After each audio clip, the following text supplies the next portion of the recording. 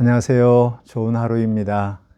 오늘도 주님의 말씀으로 인하여서 참 생명의 삶을 사는 멋진 하루가 되시기를 주의 이름으로 축복합니다. 기도합니다. 하나님, 우리 아버지, 새날을 주셔서 감사합니다. 이 하루도 주께 주시는 이 은혜로 살기를 원합니다. 말씀을 통하여서 우리에게 은혜를 주시고 믿음이 자라게 하여 주옵소서. 예수님의 이름으로 기도드립니다. 아멘. 오늘 읽을 하나님의 말씀은 출애굽기 22장부터 24장까지 말씀입니다. 22장은 계속적으로 출애굽기 십계명에 구체적인 적용된 이 법들이 계속 적용되는데, 배상을 어떻게 해야 할 것인가, 이웃에게 손해를 끼쳤을 때 어떻게 배상을 해야 할 것인가에 대한 구체적인 법들이 나와 있고, 또 도덕적인 이런 법들을 통하여서 정말 더러운 이런 죄와 또 이방인들이 갖는 그런 더러운 죄에서 보호하는 이런 규정들이 나와 있습니다.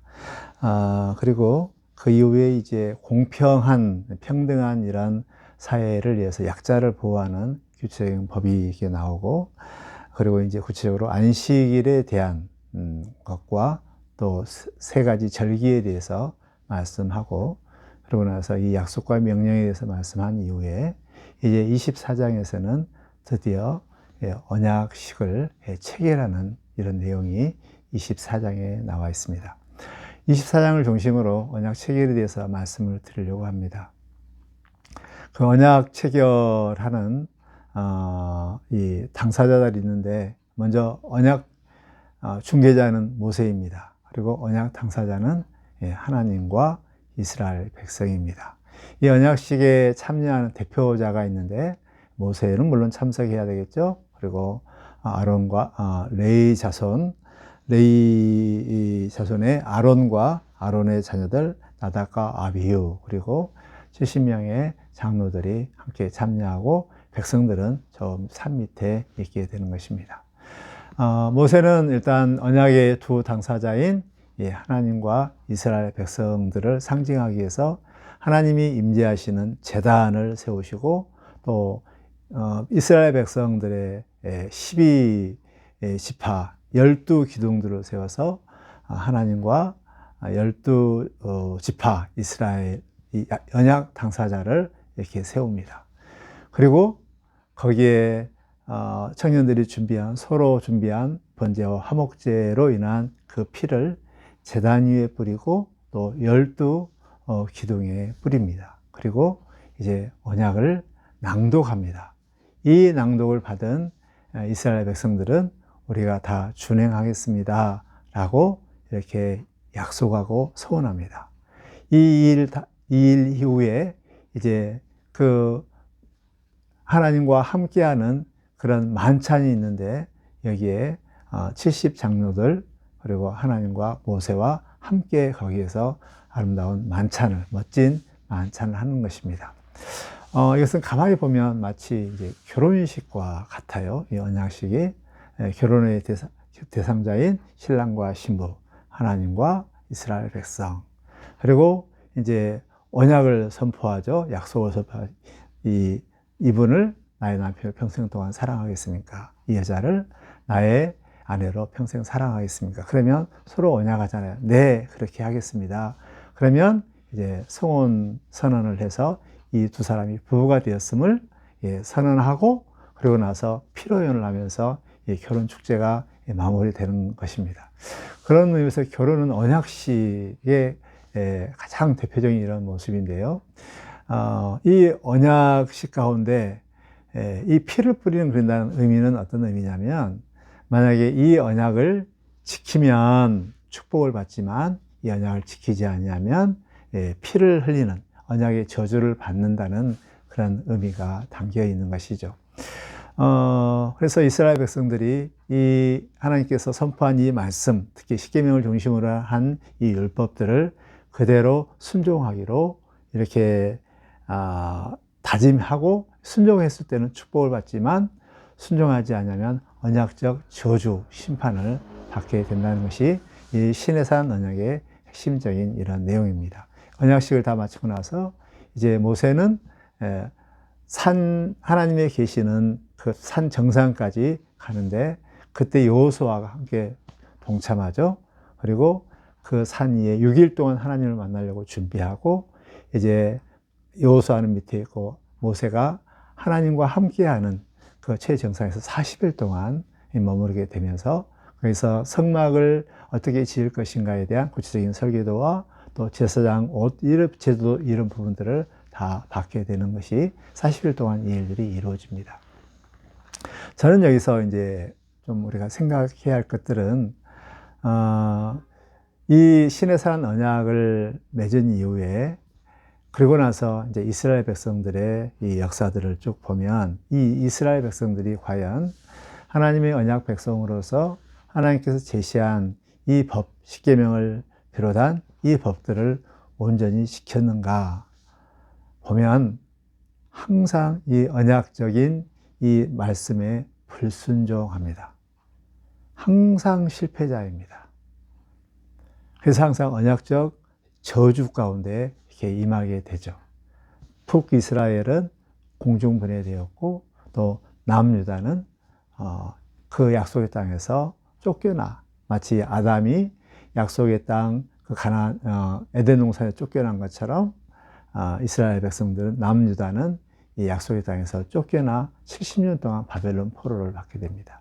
그리고 돌아왔지만 결국 나라를 잃은 채 400년 동안 침묵 기간이 있었죠. 결국 이스라엘 백성들의 이러한 언약적인 실패는 실패자로 끝나는데 이것은 우리들의 이러한 이 모습입니다.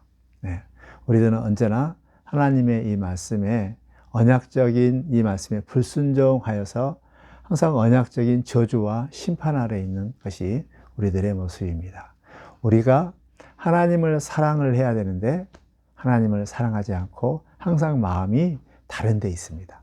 바람을 피는 것이죠. 하나님의 말씀에 순종하지 않는 것이죠. 이것은 언약 백성으로서 마땅히 언약적 저주를 받아야 할 이러한 이 모습입니다.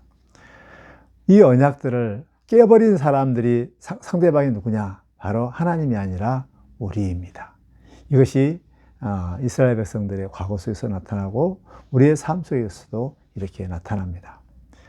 그런데 이 언약이 다시 회복되어지고 다시 하나님은 우리의 하나님이고 우리가 하나님의 백성이 되는 이 언약들이 다시 회복되어지고 체결할 수 있는 유일한 길은 바로 무엇인가? 그것이 그 언약적인 회복을 위해서 우리 예수님께서 이 땅에 오셨습니다. 그리고 우리가 받아야 할 언약적 저주를 나무에서 십자가에 달려서 언약적 저주를 다 받으셨습니다. 그 언약적 저주로 인하여서 히브리서에 보면 예수님이 친히 어린 양이 되어주시고 대제사장이 되어주셔서 결국 이 언약적 이 저주에서 다 받으시고 우리로 하여금 이 언약적 저주에서 벗어나게 하였습니다. 우리는 예수님의 그 보혈의 피로 인하여서 이 언약적 우리가 파괴된 언약이 계속 회복되는 것이죠. 이게 은혜의 언약, 예수님께서 십자가에 죽으시기 전에 이제 마지막 만찬을 하면서 이 잔을 먹으라, 이것은 언약의 피다 하신 이 말씀이 바로 그 말씀입니다. 이러한 전체적인 것을 보면서 우리는 우리가 죄로 인해서 계속적으로 언약을 깨버려서 우리는 하나님의 백성이 아닌 하나님과 멀어진 이런 관계지만, 그러나 이 언약적이 회복할 수 있는 유일한 길은 예수 그리스도의 보혈입니다. 예수 그리스도의 어린 양, 예수 그리스도의 보혈입니다.